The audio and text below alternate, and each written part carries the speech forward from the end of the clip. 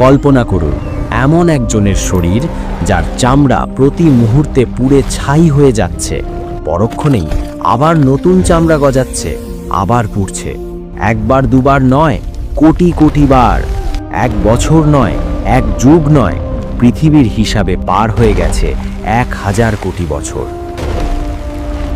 হে আমাদের রব, আমাদের এখান থেকে একবার বের করুন, আমাদের দুনিয়ায় পাঠিয়ে দিন। জাহান্নামের সবচেয়ে গভীর গর্তে আগুনের এক সিন্দুকের ভেতর কুঁকড়ে পড়ে আছে একটি যন্ত্রণা কাতর সত্তা। তার চেহারা বিকৃত, চোখগুলো গলে বেরিয়ে আসছে, সারা শরীরে আগুনের পোকাগুলো কিলবিল করছে। সে চিৎকার করতে চাইছে, কিন্তু তার গলা দিয়ে কোনো আওয়াজ বের হচ্ছে না, বের হচ্ছে শুধু ফুটন্ত ধোঁয়া। কে এই সত্তা? এ আর কেউ নয়, এ হলো সেই অভিশপ্ত ইবলিস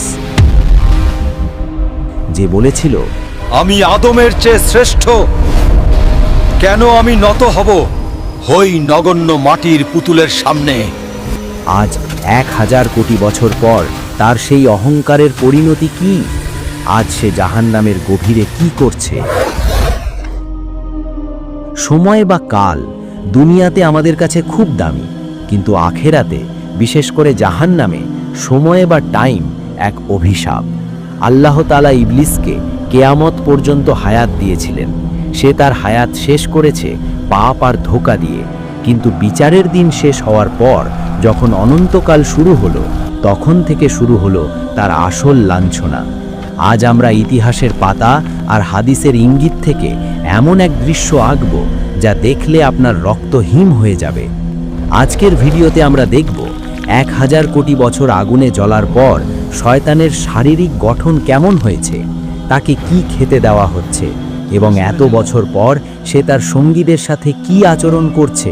দূরে সরে যাও।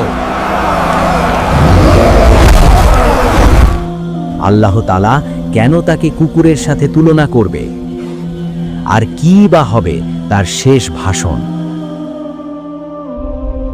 জাহান্নামের স্তরগুলোর মধ্যে সবচেয়ে ভয়াবহ স্তর হলো হাবিয়া বা অতল গহ্বর। দুনিয়ার আগুন যার কাছে বরফের মতো মনে হবে, এতটাই উত্তপ্ত সেই স্থান। মুফাসসিরগণ বলেন, ইবলিসের শাস্তি হবে সবচেয়ে কঠিন, কারণ সেই সব পাপের মূল। 1000 কোটি বছর ধরে সে একটি বিশেষ শাস্তির মধ্যে আছে। কিছু বর্ণনায় পাওয়া যায় জাহান্নামের তলদেশে আগুনের তৈরি একটি বিশাল সিন্দুক বা কফিন আছে। ইবলিসকে সেই সিন্দুকের ভেতর ঢুকিয়ে তালাবদ্ধ করে দেওয়া হয়েছে। কেন জানেন? কারণ দুনিয়াতে সে তার চেলারা বা শয়তান বাহিনী নিয়ে অহংকার করত। আজ সে একা। হাজার হাজার বছর ধরে সে শুধুই অন্ধকার দেখছে। তার নিঃশ্বাস ফেলার শব্দ সেখানে প্রতিধ্বনিত হয়ে ফিরে আসে, যা তাকে আরও উন্মাদ করে তোলে। তার এই সিন্দুকটি মহাবিশ্বের যে কোনো ব্ল্যাক হোল বা কৃষ্ণ গহ্বরের চেয়েও ভারী। মনে হয় যেন কোটি কোটি পাহাড় তার বুকের উপর চাপিয়ে দেওয়া হয়েছে। সে শ্বাস নিতে চায়, কিন্তু বাতাস নেই, আছে শুধু বিষাক্ত আগুনের ধোঁয়া। সেই সিন্দুকের ভেতর তাকে নড়াচড়া করার মতো জায়গা দেওয়া হয়নি। সে একবার ডানে ফিরতে চায়, কিন্তু ডানের দেওয়াল আগুনের। সে বামে ফিরতে চায়, বামের দেওয়াল কাঁটাযুক্ত। মাঝে মধ্যে সে বিড়বিড় করে বলে, একটু পানি, এক ফোঁটা পানি। কিন্তু পানির বদলে সিন্দুকের ছাদ থেকে ফোঁটায় ফোঁটায় পড়ছে গলিত তামা, যা তার মাথার তালু দিয়ে ঢুকে পায়ের নিচ দিয়ে বের হয়ে যাচ্ছে। সেই গলিত তামার তাপে তার মগজ টগবগ করে ফুটতে থাকে, যেমন চুলার ওপর পাতিলের পানি ফোটে। যন্ত্রণার তীব্রতায় সে জ্ঞান হারাতে চায়, কিন্তু জ্ঞান হারানোর কোনো সুযোগ নেই। 1000 কোটি বছর ধরে এই একই শাস্তি, কোনো বিরতি নেই, কোনো ঘুম নেই। জাহান্নামীরাও অন্তত একে অপরকে দেখতে পায়, কিন্তু ইবলিসকে রাখা হয়েছে চরম একাকিত্বে। তার অহংকার চূর্ণ করার জন্য এই নিঃসঙ্গতাই যথেষ্ট। ইবলিসের এই যন্ত্রণার গভীরতা মাপার কোনো স্কেল বা থার্মোমিটার মহাবিশ্বে নেই। তবে এর ভয়াবহতা কিছুটা আঁচ করতে হলে আমাদের তাকাতে হবে জাহান্নামের সবচেয়ে সর্বনিম্ন বা তথাকথিত হালকা শাস্তির দিকে। সহি হাদিসে এসেছে, জাহান্নামের যার শাস্তি হবে সবচাইতে কম, তাকে আগুনের তৈরি মাত্র 2টি জুতো করিয়ে দেওয়া হবে। মাত্র 2টি জুতো। কিন্তু সেই জুতোর তাপ কোনো সাধারণ আগুনের তাপ নয়। জুতো পায়ে দেওয়ার সাথে সাথে তার পায়ের তলা থেকে এক অকল্পনীয় বৈদ্যুতিক শকের মতো তাপ সোজা তার মস্তিষ্কে আঘাত করবে। চুলার ওপর টকবক করে ফোটা পানির মতো কিংবা ভাতের মার যেভাবে টকবক করে ফুটে উপচে পড়ে, ঠিক সেভাবেই তার মগজ মাথার খুলির ভেতর ফুটতে থাকবে। তীব্র যন্ত্রণায় তার মগজ গলে তরল হয়ে নাক ও কান দিয়ে লাভা স্রোতের মতো বেরিয়ে আসবে। সেই ব্যক্তি চিৎকার করে বলবে, আল্লাহর কসম, এর চেয়ে কঠিন শাস্তি আর কাউকে দেওয়া হচ্ছে না। অথচ সে জানে না সেটাই হলো জাহান্নামের লেভেল 1 বা সর্বনিম্ন স্তর। এবার কলিজা শক্ত করে ভাবুন ইবলিসের কথা। যে ব্যক্তি আগুনের জুতো পরে আছে সে জাহান্নামের আগুনের উৎস থেকে বহু দূরে, কিন্তু ইবলিস আছে সেই আগুনের হৃৎপিণ্ডে, একেবারে কোরের ভেতর। বিজ্ঞান বলে সূর্যের ওপরের তাপমাত্রার চেয়ে কেন্দ্রের তাপমাত্রা কোটি গুণ বেশি। ঠিক তেমনি সাধারণ জাহান্নামীদের শাস্তি যদি হয় জ্বলন্ত মোমবাতির ছ্যাঁকা, তবে ইবলিসের শাস্তি হল জীবন্ত আগ্নেয়গিরির গলিত লাভায় ডুবে থাকা। পৃথিবীর শুরু থেকে শেষ পর্যন্ত যত পাপ হয়েছে, যত খুন, যত ধর্ষণ, যত শিরক, তার সবগুলোর কমিশন বা ভাগ ইবলিসের কাঁধে জমা হয়েছে। তাই তার আগুনের রং লাল নয়, তার আগুন কুচকুচে কালো। সর্বনিম্ন শাস্তির ওই ব্যক্তি যদি ইবলিসের শাস্তির এক ফোঁটাও অনুভব করত, তবে সে মুহূর্তেই ভস্ম হয়ে যেত। ইবলিস প্রতি ন্যানোসেকেন্ডে এমন দাহন সহ্য করছে যা পৃথিবীর সমস্ত পারমাণবিক বোমা একসাথে বিস্ফোরিত হলেও তৈরি করা সম্ভব নয়। তার আর্তনাদ যদি একবার দুনিয়ার মানুষ শুনতে পেত, তবে ভয়ে এবং আতঙ্কে পৃথিবীর সমস্ত মানুষের হৃৎস্পন্দন চিরতরে বন্ধ হয়ে যেত।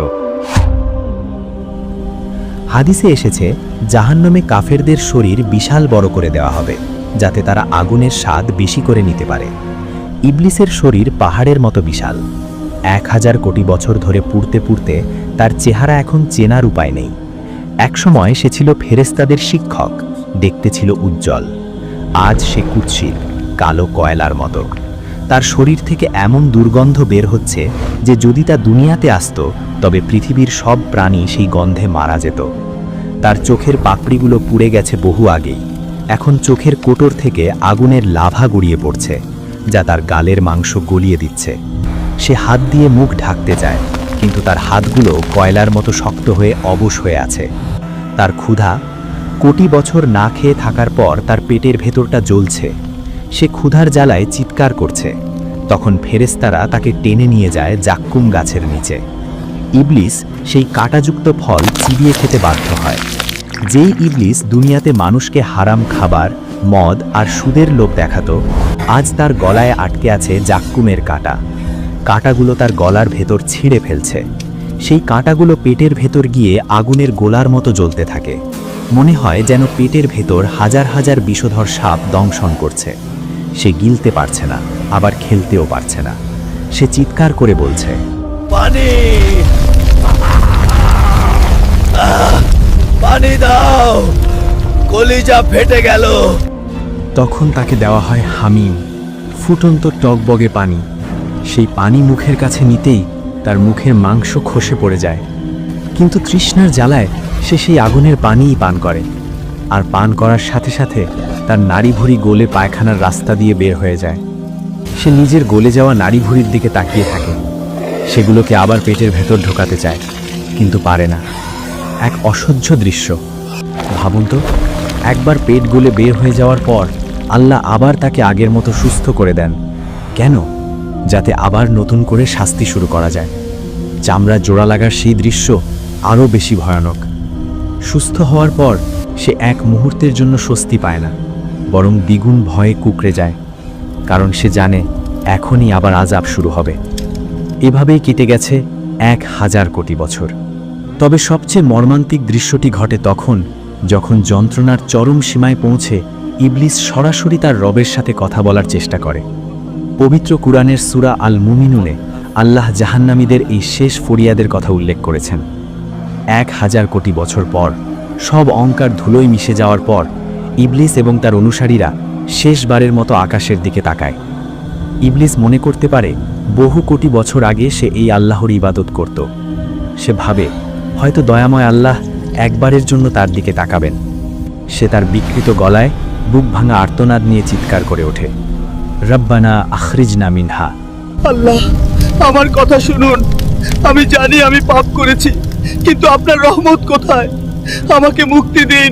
হে আমাদের রব, আমাদের এখান থেকে একবার বের করুন, আমাদের দুনিয়ায় পাঠিয়ে দিন।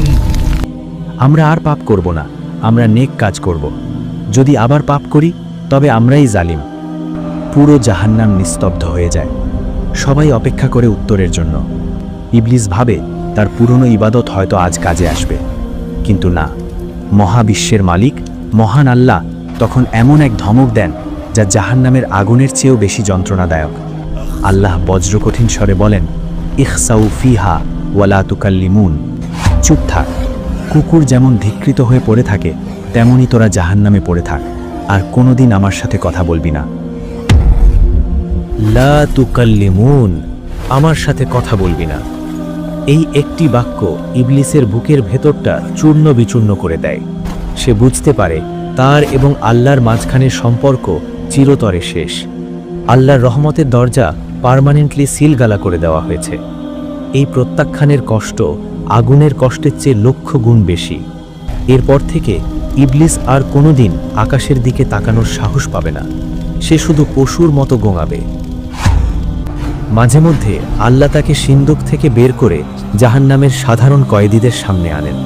এটা তার শাস্তির আরেকটা অংশ, অপমান বা লাঞ্ছনা। যখন জাহান্নামের অধিবাসীরা ফেরাউন, নমরুদ, আবু লাহব এবং দুনিয়ার পাপী মানুষরা ইবলিসকে দেখতে পায়, তখন তারা পাগলের মতো হয়ে যায়। এই সব তোর জন্য ইবলিস।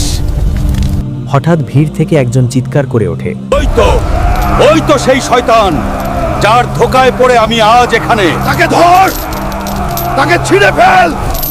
জাহান্নামীরা তাদের নিজেদের শাস্তি ভুলে গিয়ে ইবলিসের ওপর ঝাঁপিয়ে পড়ে। তারা তাকে কামড়াতে থাকে, তার শরীরের মাংস ছিঁড়তে থাকে। দূরে সরে যাও। তারা চিৎকার করে বলে, তোর কারণেই আমরা আল্লাহর রহমত থেকে বঞ্চিত হয়েছি। তাদের আক্রোশ দেখে মনে হয় তারা ইবলিসকে চিবিয়ে খেয়ে ফেললেও তাদের রাগ কমবে না। ইবলিস তখন চিৎকার করে পালাইতে চায়। সে ফেরেশতাদের বলে, আমাকে ওদের কাছ থেকে বাঁচাও, আমাকে আবার আগুনে ফেলে দাও। দুনিয়াতে যারা তাকে বস বা নেতা মানত, আজ তারা তাকে কুকুরের মতো ছিঁড়ে খাচ্ছে। 1000 কোটি বছর পর তার কোনো বন্ধু নেই, কোনো সাথী নেই। সে সম্পূর্ণ একা। শাস্তি, লাঞ্ছনা আর অপমানের 1000 কোটি বছর পার হওয়ার পর আল্লাহর হুকুমে ইবলিস আজ কথা বলবে। সে তার অনুসারীদের উদ্দেশ্যে শেষ ভাষণ দেবে। সে কাঁপতে কাঁপতে মিম্বারে দাঁড়ালো। কোটি কোটি জাহান্নামী চুপ করে আছে। আগুনের শো শো শব্দ ছাড়া আর কোনো শব্দ নেই। সবাই অপেক্ষা করছে, হয়তো ইবলিস কোনো সুসংবাদ দেবে। কিন্তু ইবলিস যা বলল তা ছিল তাদের কফিনের শেষ পেরেক। সে বলল, আল্লাহ তোমাদের সত্য ওয়াদা দিয়েছিলেন, আর আমি তোমাদের মিথ্যা ওয়াদা দিয়েছিলাম। আজ আল্লাহ তার ওয়াদা পূরণ করেছেন, আর আমি আমার ওয়াদা ভঙ্গ করলাম। তোমরা কেন আমার দিকে তাকিয়ে আছো? আমি তো তোমাদের ওপর জোর করিনি। আমি তো তোমাদের হাত ধরে পাপ করাইনি। আমি শুধু ডাক দিয়েছিলাম, ইশারা করেছিলাম। তোমরা তো সেই ডাকের অপেক্ষায় ছিলে। তোমরা তো চাইতেই পাপ করতে। তাই আজ আমাকে দোষ দিও না, নিজেদের দোষ দাও। আজ আমি নিজেও বাঁচতে পারছি না, তোমাদের কিভাবে বাঁচাবো?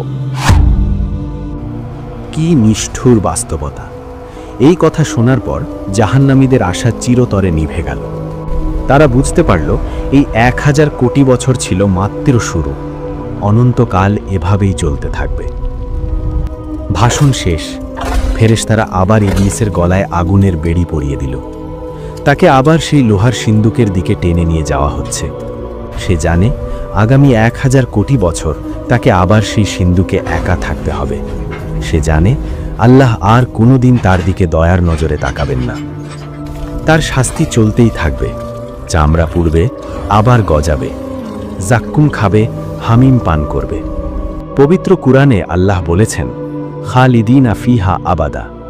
তারা সেখানে চিরকাল থাকবে।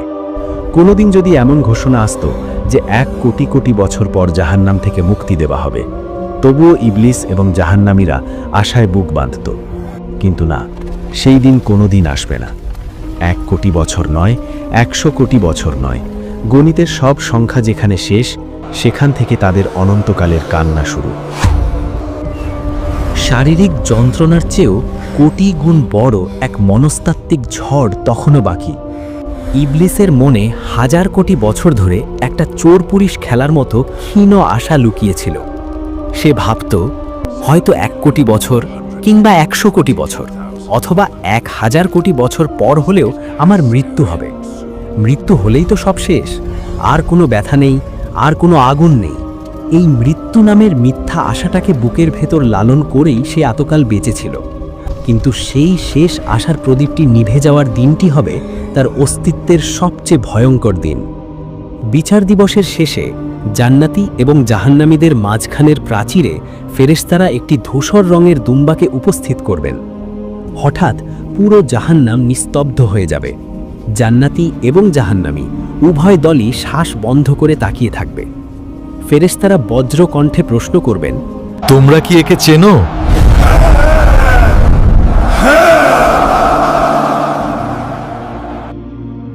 এ হলো মৌত, এ হলো মৃত্যু, যাকে আমরা দুনিয়াতে ভয় পেতাম আর আজ যাকে আমরা মুক্তির দূত হিসেবে চাইছি। জাহান্নামীদের চোখে তখন চকচকে আশা। ইবলিসও সিন্দুকের ফাঁক দিয়ে তাকিয়ে আছে, ভাবছে এই বুঝি তার মুক্তির লগ্ন এলো। কিন্তু ঠিক তখনই মহাবিশ্বের কোটি কোটি সত্তার চোখের সামনে এক ধারালো ছুরি দিয়ে মৃত্যুকে জবাই করে দেওয়া হবে। রক্তের ফোঁটা পড়ার সাথে সাথে মৃত্যু ঘটে গেল। ফেরেশতারা তখন চূড়ান্ত রায় ঘোষণা করবেন, হে জান্নাতবাসী, আর মৃত্যু নেই, তোমরা অমর। হে জাহান্নামবাসী, আর মৃত্যু নেই, তোমরাও অমর। এই ঘোষণা শোনা মাত্রই ইবলিসের সিন্দুকের ভেতর এমন এক পৈশাচিক দৃশ্য তৈরি হবে যা ভাষায় প্রকাশ করা অসম্ভব। মৃত্যু যখন জীবিত ছিল তখন পালানোর একটা শেষ দরজা খোলা ছিল, কিন্তু মৃত্যু নিজেই যখন মৃত তখন এই আগুন, এই সিন্দুক, এই জাক্কুম, এই সাপ বিচ্ছু সবই অনন্ত। সমাপ্তি, শেষ বা দি এন্ড শব্দগুলো ইবলিসের ভাগ্যলিপি থেকে চিরতরে ইরেজ বা মুছে ফেলা হলো। হতাশার চরম পর্যায়ে পৌঁছে ইবলিস পাগলের মতো নিজের শরীরে আঘাত করতে শুরু করবে। সে তার নখ দিয়ে নিজের মুখের চামড়া ছিঁড়ে ফেলবে, আগুনের দেওয়ালে নিজের মাথা ঠুকতে থাকবে। সে তার বিকৃত গলায় চিৎকার করে বলবে, হে আল্লাহ, আমাকে মাটি বানিয়ে দাও, আমাকে অস্তিত্বহীন করে দাও, আমি আর বাঁচতে চাই না। কিন্তু তার সেই চিৎকার অনন্তকালের দেওয়ালে ধাক্কা খেয়ে আবার তার কাছেই ফিরে আসবে। ইবলিস বুঝতে পারবে সে এক অনন্ত লুপে বা চক্রে আটকা পড়ে গেছে, যেখানে ঘড়ির কাঁটা নেই, ক্যালেন্ডারের পাতা নেই, আছে শুধু অন্তহীন হাহাকার। অনন্তকাল শব্দটা এখন তার গলার এমন এক ফাঁস যা তাকে মারবেও না, আবার বাঁচতেও দেবে না, শুধু তিলে তিলে পলে পলে যন্ত্রণা দেবে।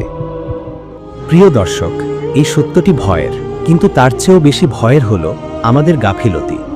আজ আমরা শান্তিতে ঘুমাচ্ছি, শয়তান আমাদের কানের কাছে এসে বলছে, আরে আরও সময় আছে, পরে নামাজ পড়ব, পরে ভালো হব। কিন্তু যে ইবলিস 1000 কোটি বছর পরও নিজের দোষ অস্বীকার করবে, তার কথায় আপনি কেন নিজের আখেরাত বরবাদ করছেন? সে তো প্রকাশ্য শত্রু। সে তো চায় আপনিও তার সাথে সেই আগুনের সিন্ধুকে বন্দী হন। সে একা পড়তে চায় না, সে আপনাকে সাথে নিয়ে পড়তে চায়। এখনও সময় আছে। আপনার বুকের বাম পাশে যে হৃৎপিণ্ডটি ধুকপুক করছে, ওটা থামার আগেই ফিরে আসুন। আল্লাহর দয়ার দরজা এখনও খোলা। আসুন আজই তওবা করি, শয়তানের প্ররোচনা থেকে আল্লাহর কাছে পানাহ চাই। হে আল্লাহ, আমাদের এবং আমাদের পরিবারকে জাহান্নামের সেই ভয়াবহ শাস্তি থেকে রক্ষা করুন। ইবলিসের ধোঁকা থেকে আমাদের ঈমানকে হেফাজত করুন। আমিন। ভিডিওটি শেয়ার করে আপনার পরিচিতদের সতর্ক করুন।